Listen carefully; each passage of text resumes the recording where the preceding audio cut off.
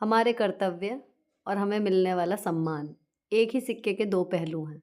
जो अपने कामों को ढंग से करते हैं, हर काम में अपना 100% देकर अपनी ड्यूटीज़ अच्छे से करते हैं, उनको उनके हिस्से का सम्मान और अधिकार खुद ही मिलता चला जाता है।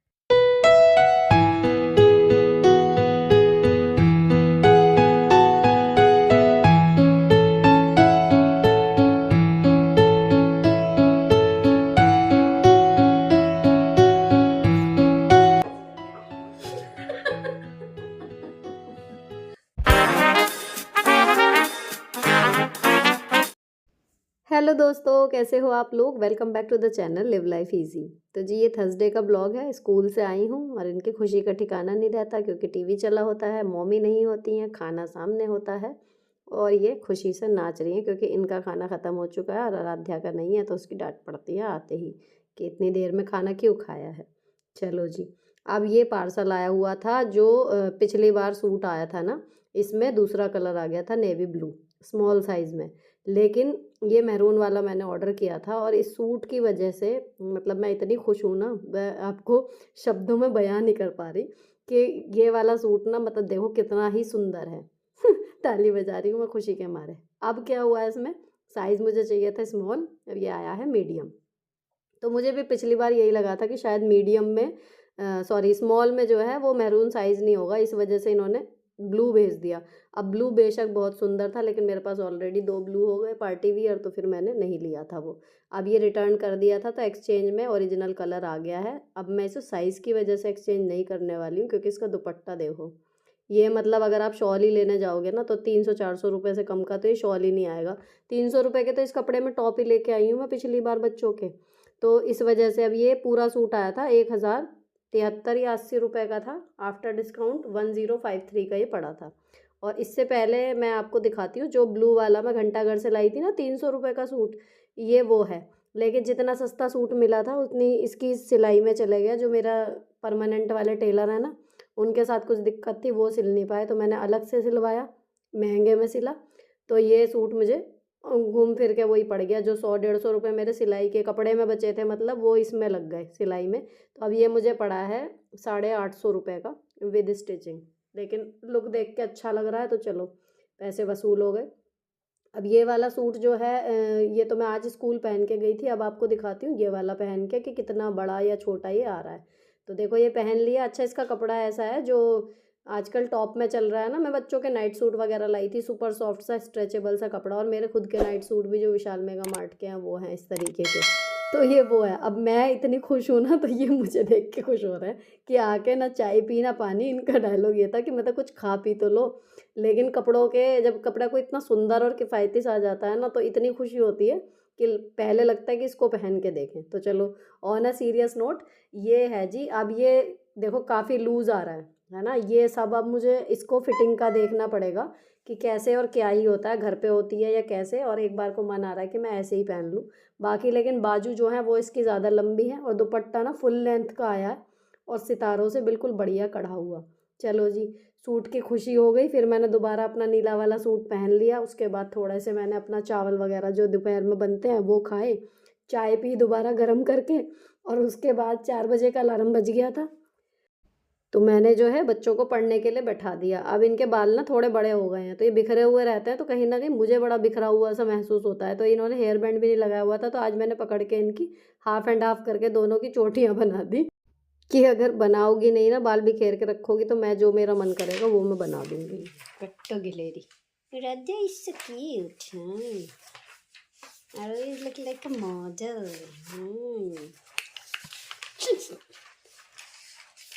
हाँ भाई, पढ़ना वढ़ना नहीं है ऐसा लग रहा है शक्लों से इनकी। तो चलो शुरू करो काम। अब इनको पढ़ने बैठा दिया है, फाइनली स्टार्ट हो गया है, काम बता दिया जो जो करना था। और मैं अपनी चाय जो है वो यहीं ले आई हूँ। मैं चाय का सिप लेती जा रही हूँ और इनका जो है याद करने का काम जब हो गया तो फिर मैं सुन रही हूँ। तो आरोही जो है वो एसएसटी का सुना रही है, लेकिन आराध्या थोड़ा सा ना स्लीपी सा फील कर रही है। तो इसको मतलब अभी थोड़ा सा पता नहीं क्या सर्दी का सा असर है ना, तो पूरा ये है कि कोल्ड हो रहा है, फीवर हो रहा है, ऐसा कुछ नहीं है। लेकिन फिर भी थोड़ी डाउन डाउन सी लग रही है, तो इसको नींद आ रही है बहुत तेज़। तो आईसेट की मैथ का जो ज़रूरी काम है, जितने सवाल मुझे करवाने ही करवाने हैं वो कर लो, लर्न करने का फिर अगर नींद आ रही है तो सो जाना, उसके बाद उठ के करना। तो उसने बस वही क्वेश्चन किए थे, 4 या 6 थे, और उसके बाद फिर वो सो गई थी और उसके साथ सो गई थी मैं भी। तो मतलब कुल मिला के 1 से डेढ़ घंटा इनकी पढ़ाई के लिए रखते हैं। उतनी देर लगभग इन्हें पढ़ा के फिर 5:30 के करीब लेट गए थे हम लोग। अब जब मैं उठी शाम को तो आरोही नहीं सोई थी क्योंकि इसका अपना मन नहीं था सोने का।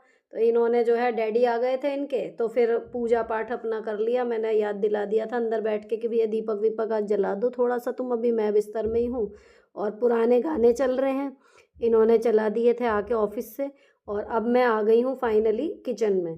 तो इतने बीच में जब ये पढ़ रहे थे ना, तो मैं दोपहर की जो किचन है वो सब साफ़ कर गई थी, लेकिन बर्तन नहीं धोए थे क्योंकि इनके साथ मुझे बैठना था। लेकिन स्लैब वगैरह जो है वो मैं क्लीन कर गई थी। अब 7 बजे हैं, तो डिनर में आज बनेगा पालक मशरूम। तो ये पालक मैंने रात को ही काट कूट के साफ़ करके रखा हुआ था। तो सर्दी का यही फ़ायदा है, मतलब दिन में पूरा दिन अब ये बाहर रखा रहा कल रात से, लेकिन सही है अभी। अब इसको मुझे करना है वॉश, और वॉश करके फिर इसको जो है हल्का सा बॉईल देंगे। तो मतलब पालक की प्योरी आप सीधे बॉईल करके भी बना सकते हो, लेकिन इस तरीके से करने से ना बस उसका कलर जो है वो बिल्कुल एकदम चटक ग्रीन बना रहता है। तो ये है, वरना मेरी मम्मी जब बनाया करती थी तो ऐसा था कि वो सीधे सीटी लगा देती थी और पीस लिया करते थे, तो उसमें थोड़ा सा कलर चेंज सा हो जाता है। अब मैंने ना कढ़ाई में ले लिया है पानी, और थोड़ी थोड़ी करके पालक की पत्तियां जो हैं वो इसमें धोती जाऊंगी। बहुत ज़्यादा मिट्टी नहीं है, लेकिन ये है कि 2 बार के करीब लगभग वॉश करना है, तो ऐसा कर रही हूँ कि बार बार पानी ले रही हूँ और उसमें जब ज़्यादा गंदा हो जा रहा है तो बदल ले रही हूँ। इस तरीके से सारी पालक जो है वो धो लूँगी, क्योंकि अभी सिंक में झूठे बर्तन रखे हैं तो वहाँ पर एक्चुअली पानी रखने की ना ढंग से भगोना वगोना जगह भी नहीं है। तो इस तरीके से मैं कर रही हूँ कि काम भी हो जाए मेरा, क्योंकि इसमें टाइम लगेगा। 7 बज रहे हैं ऑलरेडी, तो मैं बर्तन जो है वो इसके बाद धोऊंगी, पहले स्टार्टिंग इसकी जो हो जाए। अब यहाँ पर मैंने बड़े भगोने में रख दिया पानी। जब इसमें पानी में हल्का सा बॉईल आ गया, उसके बाद ये पत्तियाँ जो हैं पालक की धुली हुई बिल्कुल साफ़ इसमें ऐड करनी शुरू कर देंगे। तो इसको हमें 3-4 मिनट मुश्किल से जो है पकाना है, लेकिन धीमी आंच पे अगर आप पकाओगे तो 7-8 मिनट भी आप पका सकते हो। कुल मिला के मतलब बॉईल देना है, इतने में पालक जो है वो हो जाती है। अब इतने ये पालक जो है बॉईल हो रही है, इस टाइम ना गैस धीमी ही है। और मैंने जो है इसके तड़के के लिए प्याज, टमाटर, लहसुन और अदरक, ये 4 चीज़ें जो हैं ये छीलनी वगैरह शुरू कर दी। इसके बड़े बड़े पीस काटूंगी। जैसे पालक पनीर बनाया था ना, तो इस पिछली बार तो मैंने डायरेक्ट छौंक के बना दिया था, लेकिन वैसे जो परफेक्टली मैं बनाती हूँ कि हाँ भाई पालक पनीर बिना किसी छेड़छाड़ के, उसमें यही है कि ये बड़े वाले पीस काट के इनको थोड़ा सा सौटे कर लेते हैं, और उसके बाद जब ठंडा हो जाता है जब पीसते हैं तो उसका एक अलग ही फ्लेवर आता है ना। तो इस तरीके से अब इनको जो है काट रही हूँ, प्याज को भी टमाटर को भी बड़े बड़े पीसीज में काट रही हूँ। तो यहाँ पर 2 टमाटर डाल देंगे, खट्टा टेस्ट जो है वो इसमें हल्का सा आ जाता है, अच्छा लगता है इनका। और पीस के डालने से यही है कि बीच में टुकड़े वुकड़े नहीं आते, तो बिल्कुल स्मूथ बनेगा। अब आप इसको चाहे पालक पनीर में यूज़ करो इस ग्रेवी को, चाहे पालक मशरूम में करो, दोनों में ही बढ़िया लगती है। और मेरे हस्बैंड तो इसको एज अ साग समझ के इसके साथ हमेशा मक्के की रोटी बनवाते हैं, तो वो मैं आज बनाऊंगी भी। अब यहाँ पर मैंने जो है तेल ले लिया पैन में, जब सारी चॉपिंग हो गई उसके बाद हल्का सा जीरा इसी में तड़का दिया है, और उसके बाद इसमें चारों चीज़ें ये जो काट के रखी हैं, प्याज, अदरक, टमाटर और लहसुन, ये डाल देंगे। और इसमें आप इस टाइम पे हरी मिर्च भी ऐड कर सकते हो, मैं भूल गई थी। भूल क्या गई थी, शायद ख़त्म ही हो रही थी नहीं। तो यहाँ पर ये चारों चीज़ें ही हैं। अगर आपको हरी मिर्च ऐड करनी हो तो वो भी आप इस टाइम पे ऐड कर दो, उसका भी फ्लेवर इसमें अच्छे से आ जाएगा। तो इनमें जो टमाटर हैं वो थोड़े से हल्के से गल जाएं, जल्दी हो जाए काम, इसलिए मैंने हल्का सा इसमें नमक ऐड कर दिया। और उसके बाद इसको ऐसी थोड़ी देर सौटे होने देंगे। थोड़ा सा ही होना है, फिर ये हो जाता है, ज़्यादा देर का इसमें काम नहीं है, 2-3 मिनट का ही है। इतने जो है हमारा यहाँ जो पालक चढ़ाया था वो देख रही हूँ अब मैं, इतना काम होते होते ये बिल्कुल ठीक ठाक सा हो गया है। तो इसको एक बार चेक कर लूँगी, डंडी वगैरह भी हैं कि अच्छे से हो गया या नहीं। बाकी अगर नहीं भी हुआ होगा तो वो बाद में पकने में काफ़ी हद तक हो जाता है, लेकिन आपको देखना यही है कि इस टाइम पे सॉफ्ट हो जाए ये। अब इस स्टेज पे इसकी गैस कर दूंगी बंद, और ये प्याज टमाटर जो अलग रखे हैं ये भी ठीक ठाक हो गए हैं, इसकी भी गैस बंद हो जाएगी। अब हमें इसे जो है पलटना है। तो ये स्टील का मैंने स्ट्रेनर ले लिया, स्टीमर भी है ये, आप इसको एज ए स्ट्रेनर भी यूज़ कर सकते हैं। मीशो से मंगाया था, इसका रिव्यू मेरे दूसरे चैनल पे है, बढ़िया काम करता है। तो इसमें मैं निकाल के रख रही हूँ थोड़ा ठंडा होने के लिए। और यहाँ पर चल रही है एनुअल डांस की प्रैक्टिस, तो गाना चल रहा है, गाने में कोई एक्शन नहीं है, लेकिन जो इनकी मैम ने सिखाए हैं ये वो स्टेप जो हैं वो प्रैक्टिस कर रही हैं। और आराध्या को देखो लेटे लेटे स्टेप हो रहे हैं उसके। खड़े होने का भी मन नहीं है, मतलब इतना आलस उसको आ रहा है, पता नहीं क्यों ड्राउजी सा फील हो रहा है। लेकिन वो लेटे लेटे जो करना है उसे कर रही है और आरोही जो है वो खड़े होके कर रही है। तो इनका अभी है फंक्शन, एनुअल फंक्शन, लेकिन मेरे साथ दिक्कत रहेगी, देखते हैं टाइमिंग क्या आती है। इसका भी एक मेरे दिमाग में उलझन सी चल रही है, अगर रात का हुआ तो मैं जा पाऊँगी, नहीं तो उस दिन जो है मैं स्कूल में अकेली हूँ। तो पता नहीं मुझे अंदर से ऐसा क्यों लग रहा है कि कहीं मैं मिस ना कर दूँ बच्चों का एनुअल फंक्शन। पर देखते हैं क्या होता है, छोड़ दिया भगवान पे। अब यहाँ पर जो है ये ठंडा होगा, इतने ये भी हमारा जो प्याज टमाटर है ये भी थोड़ा सा ठंडा हो रहा है। इसको ना मिक्सी के जार में पलट लेंगे, दोनों चीज़ें ठंडी होंगी तो ये थोड़ा सा ये पहले ठंडा हो जाएगा। तो मेरे हस्बैंड आ गए थे अब किचन में हेल्प कराने के लिए इस टाइम तक, और इसमें जो है मैं चला दूँगी मतलब ठंडा पानी, उससे ये बहुत जल्दी से हो भी जाएगा और कलर भी इसका बना रहेगा। लेकिन उससे पहले मुझे सिंक में जगह करनी है, तो यहाँ पर इतने पीसने का काम मेरे हस्बैंड देख रहे थे, इतने मैंने फटाफट जितने भी बर्तन थे सुबह के नाश्ते के, टिफ़िन्स हमारे और लंच के, इनको क्या किया कि सारा पानी से धो के निकाल के ना बाहर रख दूँगी, तो एक स्टेप बर्तन धोने का इधर क्लियर हो जाएगा। और दूसरी चीज़ सबसे बड़ी कि सिंक में जगह हो जाएगी, जो मुझे बार-बार दिक्कत आ रही है। तो यहाँ पर ये है कि अगर बच्चों की ना पढ़ाई का मैं आपको बताऊँ, इस टाइम पे दिवाली के बाद जब मुझे फ़ीवर हो गया ना, तो 1 डेढ़ हफ़्ता थोड़ा-सा इधर-उधर हो गया इनका रूटीन। और दूसरी चीज़ जो डिस्टर्बेंस चल रहा है वो इनके एनुअल फंक्शन की प्रिपरेशन से चल रहा है। तो कहीं न कहीं इनकी पढ़ाई जो है वो मुझे ऐसा लग रहा है ट्रैक पे से उतर गई है। तो 3-4 दिन हो गए हैं जो मैं पूरे ध्यान से इनको लेके बैठ रही हूँ कि जब तक करोगे नहीं, छोड़ूँगी नहीं। तो मुझे कई बार डेढ़ से 2 घंटे भी लग रहे हैं, ढाई घंटे भी लग रहे हैं। तो कहीं न कहीं वहाँ पर थोड़ी एनर्जी ज़्यादा देनी पड़ रही है, और मैं पर्पज़ली दे रही हूँ, इसलिए बर्तन जो है अगर हो जाते हैं, कोशिश करती हूँ तो हो जाते हैं। अगर छूट भी जाते हैं तो लेट इट बी, मैं एक साथ जैसे भी मैनेज करूँगी कर लूँगी। लेकिन मुझे पता है कि अगर उस टाइम पे मैंने घर के काम के चक्कर में इन्हें पढ़ाया नहीं ना, तो फिर उसके बाद फिर मैं खाने में लग जाऊँगी, और फिर टीवी, और फिर सोना भी ना जल्दी होता है। बच्चों को भी नींद पूरी करने के लिए सुलाना पड़ता है। तो इनकी कहीं न कहीं पढ़ाई का टाइम वही होता है। उस टाइम पे अगर इनकी पढ़ाई को मुझे देखना है, तो बाकी हर दूसरे काम को मुझे एक किनारे करना ही पड़ता है। अब पालक हो गया ठंडा और उसे पीस दिया था मेरे हस्बैंड ने, तो मैंने फटाफट चढ़ा दी कढ़ाई, और पिसे हुए ये प्याज टमाटर लहसुन अदरक जो अभी हमने सौटे किए थे, ये वो वाला पेस्ट है, इसको डाल दिया तेल में। अब जीरा उसमें मैंने छौंकते पे डाल दिया था तभी, तो मैंने अब कुछ नहीं डाला, सीधे तेल में मसाला डाल दिया है। और पहले से बॉईल हुआ है तो ये फटाफट से जो है पक जाएगा। और दूसरी चीज़ जो अब बची है मेरी, मशरूम बचे हैं, तो इनमें से जो है ये आधे हैं, आधे मिक्स वेज के हिसाब से अलग हैं, तो ये इसमें से आधे डालेंगे। हालाँकि जब मैंने सब्ज़ी में डाले ना तो यही लग रहा था, मैंने कहा इसमें मशरूम नज़र तो आ नहीं रहे। तो मेरे हस्बैंड कह रहे थे चिंता मत करो, खाने में ज़रूर आएँगे मुँह में, नज़र भले नहीं आ रहे। लेकिन वास्तव में जब उसमें डाला ना प्योरी में, तो ये बिल्कुल इनविजिबल से हो गए, और जब खा रहे थे, जब आ रहे थे, तो एक एक होता है ना जो फ़ोटोजेनिक सा दिखता है कि हाँ जी, पालक के बीच-बीच में मशरूम के टुकड़े नज़र आ रहे हैं, वो चीज़ नहीं हो पाई इस रेसिपी में। लेकिन खाने में बहुत टेस्टी बनी थी, और आ रहे थे बाइट में मशरूम, ऐसा नहीं है कि दिखने में नहीं है तो खाने में भी ना हो। तो ये थोड़ी-सी एक फ़नी सी बात चल रही थी हमारी, कि सब यही कहेंगे भैया मटर इसमें पालक मशरूम में से मशरूम कहाँ गए? अब यहाँ पर जो है मैंने बेसिक मसाले मसाले जो हैं इसमें ऐड कर दिए, वही हल्दी, धनिया, नमक, मिर्च और किचन किंग। अब ये जो तेल प्याज़ टमाटर के बाद मैंने निकालने के बाद थोड़ा-सा बच गया था ना इसमें, ये इसीलिए बचाया था, एक्स्ट्रा डाला इसीलिए था थोड़ा-सा। इसी में मैं मशरूम को थोड़ा-सा सौटे कर लूँगी। हल्के से यहाँ गल जाएँगे, बाकी के वो प्योरी के साथ पकेंगे।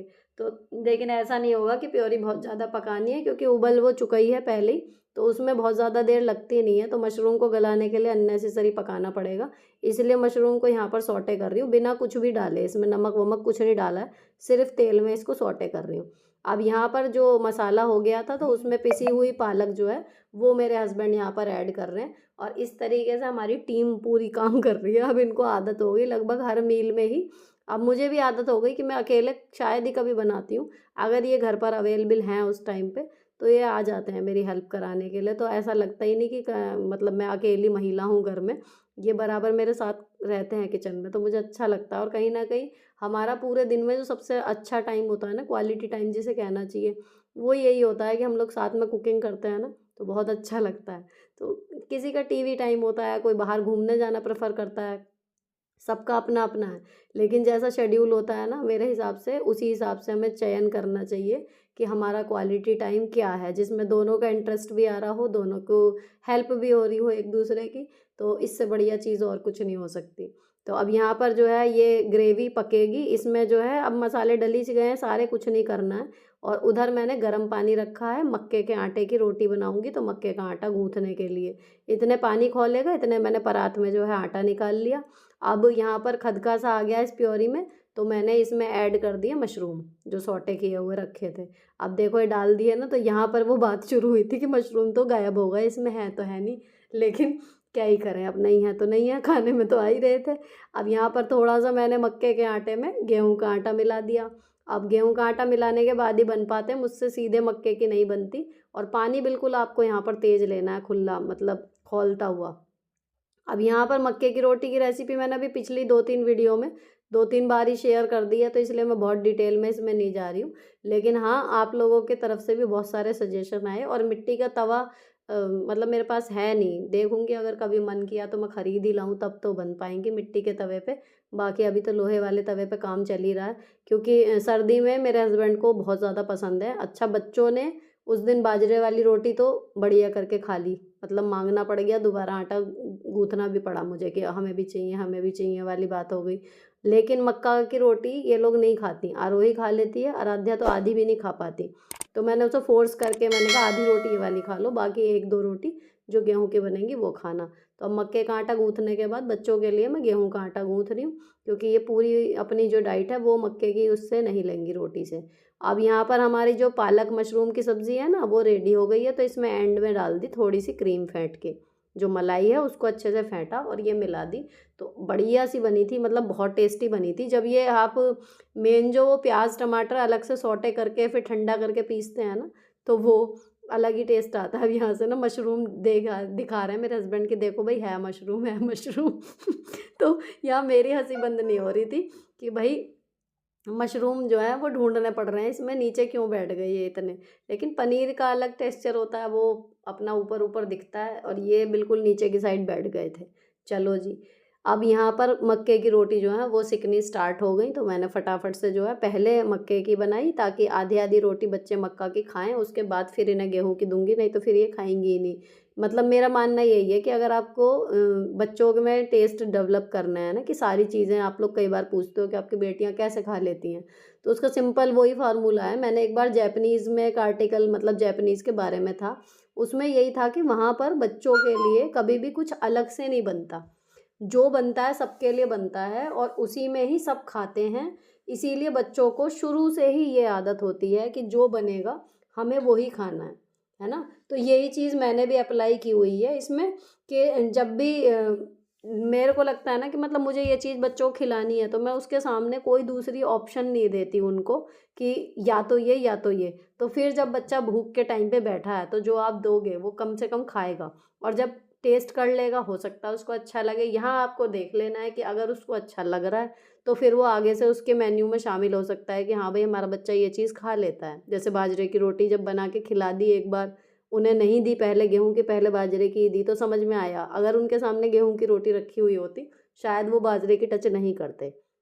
तो आपको जब बच्चे के कोई नई चीज़ खिलानी हो ना, उसका ऑप्शन मत दो, सीधे को कि आज यही बना है तो देखो खा के कैसा है। अगर आपका बच्चा उस टाइम पे फिर भूखा ही उठ गया, मान लीजिए उसने खाया और उसे नहीं पसंद आया किसी भी तरीके से, तब आपको ये समझ में आ जाएगा कि भाई हाँ ये चीज़ इसने नहीं खाई, नेक्स्ट टाइम आप उसको नहीं दोगे। लेकिन keep on introducing new things, यही है पैटर्न। तो 20 में से आपका बच्चा 10 चीज़ तो खा ही लेगा ना, तो ये वाली आपके पास ऑप्शन रहेंगे। ये नहीं रहेगा कि हाँ जी बना तो लें, ये नहीं खाते, ये नहीं खाते, है ना। काफ़ी आसानी एज अ मदर आपको हो जाएगी। और उसके बाद फिर हम लोगों ने मतलब सबने खाना खा लिया, और अब मैं कर रही हूँ नाइट की किचन क्लीनिंग। तो यहाँ पर जो है एक कमेंट आया था कि आप अपनी बेटियों को भी मतलब यही सिखा रहे हो कि मशीन बन जाओ, काम में लगे रहो। तो मुझे ऐसा लगता है इसका जवाब मतलब मुझे देना चाहिए कि मैं ये नहीं सिखा रही कि मशीन बन जाओ। हाँ, मैं ये सिखाना चाह रही हूँ, दिखाना चाह रही हूँ अपनी बेटियों को भी और व्यूअर्स को भी, कि अगर हम अपनी ड्यूटीज़ अच्छे से परफॉर्म करें ना, जो भी हमारा काम है भले वो कुछ भी हो, उसको हम अच्छे से अगर करें ना, तो आपको आपके हिस्से का सम्मान ज़रूर मिलता है। मतलब आप खुश होके कर रहे हो, आप अच्छे से कर रहे हो, अपना बेस्ट दे रहे हो, अंधे को भी नज़र आता है। हालाँकि ससुराल वालों के लिए ये चीज़ फ़ॉलो नहीं कर सकते। उनको कई बार बहुएँ जो हैं वो 100 क्या अपना 1000% दे रही होती हैं, लेकिन कहते हैं ना आँख में दिखाई नहीं देता कि भाई क्या कर रहा है सामने वाला, जब तक वो करना बंद ना कर दे। वो एक अलग चीज़ है। लेकिन अगर आप अपने पति, अपने बच्चों की बात करो ना, तो कहीं न कहीं जब आप अपने ड्यूटीज़ बहुत अच्छे से परफ़ॉर्म करते हो, दिल लगा के और अपना बेस्ट देते हो, ये नहीं कि बेस्ट हो जाओ, सारी दुनिया में सबसे अच्छी मम्मी आप ही हैं, ये नहीं बनना है। लेकिन हाँ, अगर आप अपना बेस्ट दे रहे हो ना, सामने वाले को दिख रहा है कि जितनी इसकी गुंजाइश है, ये उससे तो बिल्कुल ज़्यादा ही कर रही है, कम नहीं कर रही। तो आपको आपके हिस्से का सम्मान मिलता है और सपोर्ट भी मिलता है और हेल्प भी मिलती है, और ये मैं आपको एक्सपीरियंस से कह रही हूँ, केवल हवाई बातें नहीं हैं। ज़िंदगी हमेशा से एक सी नहीं थी मेरी भी, जैसी अब आपको दिख रही है, ये ऐसी नहीं थी। मैं प्राउडली कह सकती हूँ कि मैंने ये ज़िंदगी बनाई है। तो बस यही है कि अपना काम जो है, चाहे वो छोटा है चाहे बड़ा, उसको अच्छे से करो। अब चलते हैं जी किचन क्लीनिंग के बाद नेक्स्ट डे की तैयारी पे, क्योंकि टाइटल यही है कि ऐसे काम जिन्हें मैं करे बिना कभी नहीं सोती। उसमें सबसे ज़रूरी यही है, आप वर्किंग हैं, बल्कि मैं तो कहूँगी अगर आप हाउसवाइफ़ भी हैं, होममेकर भी हैं, तो भी अगले दिन क्या पहनना है, आप वो कपड़े ज़रूर निकाल के रखो।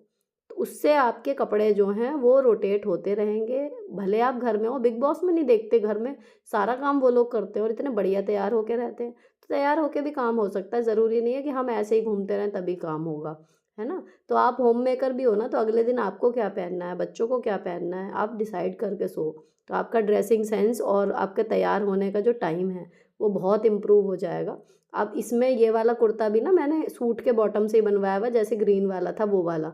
अब इसमें आपको यहाँ स्पेस दिख रहा है ना, ये बटन टूट गए, इसके गिर गए, एक तो गिर ही गया, एक मुझे ध्यान आ रहा है मैंने कहीं रखा हुआ है, देखते हैं। नहीं तो फिर मैं इसका इस तरीके से बना दूँगी कि गैप गैप करके 3-3 जो हैं बटन लग देंगे, इस तरीके से इसको हटा के अब अरेंज कर दूँगी, और ये काम मैं रात में ही करूँगी। तो अब मेरा ना हमेशा सर्दी में और गर्मी में यही पैटर्न होता है डिक्लटरिंग जब मैं करती हूँ अपने कपड़ों की, तो एक दिन निकालना बहुत मुश्किल होता है। देखो ये बटन मुझे मिल गया रील के डिब्बे में, जो मुझे ध्यान था कि मैंने शायद रखा है, तो इसको मैं टाँकूँगी।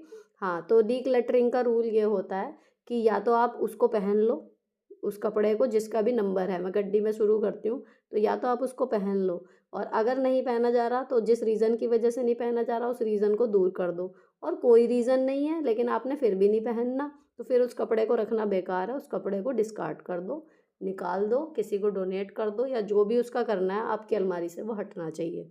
तो इस तरीके से मेरे कपड़े जो हैं वो जो भी निकलते हैं वो इस तरीके से मैं हटाती जाती हूँ।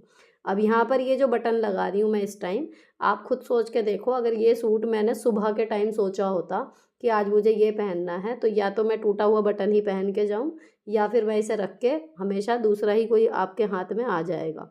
तो ये फ़ायदा होता है अगर आप रात को कपड़े निकाल के अपने तैयार करके रखते हो, तो उसका कोई मैचिंग ढूँढनी है या कुछ मरम्मत करनी है, कुछ भी है, आप उसको फिट करके रखोगे बिल्कुल, जो वो सुबह पहनने के लिए बिल्कुल तैयार रहे। तो आपके सारे कपड़े पहने भी जाएँगे, कुछ टूट-फूट है, हाथ के हाथ होती रहेगी, और मतलब कुल मिला के आपकी जो है वेस्टेज नहीं होगी। ऐसा नहीं होगा कि वही 4-5 जोड़ी कपड़े जो बिल्कुल ठीक हैं वो आप बार-बार पहने जा रहे हो और कुछ का नंबर ही नहीं आ रहा।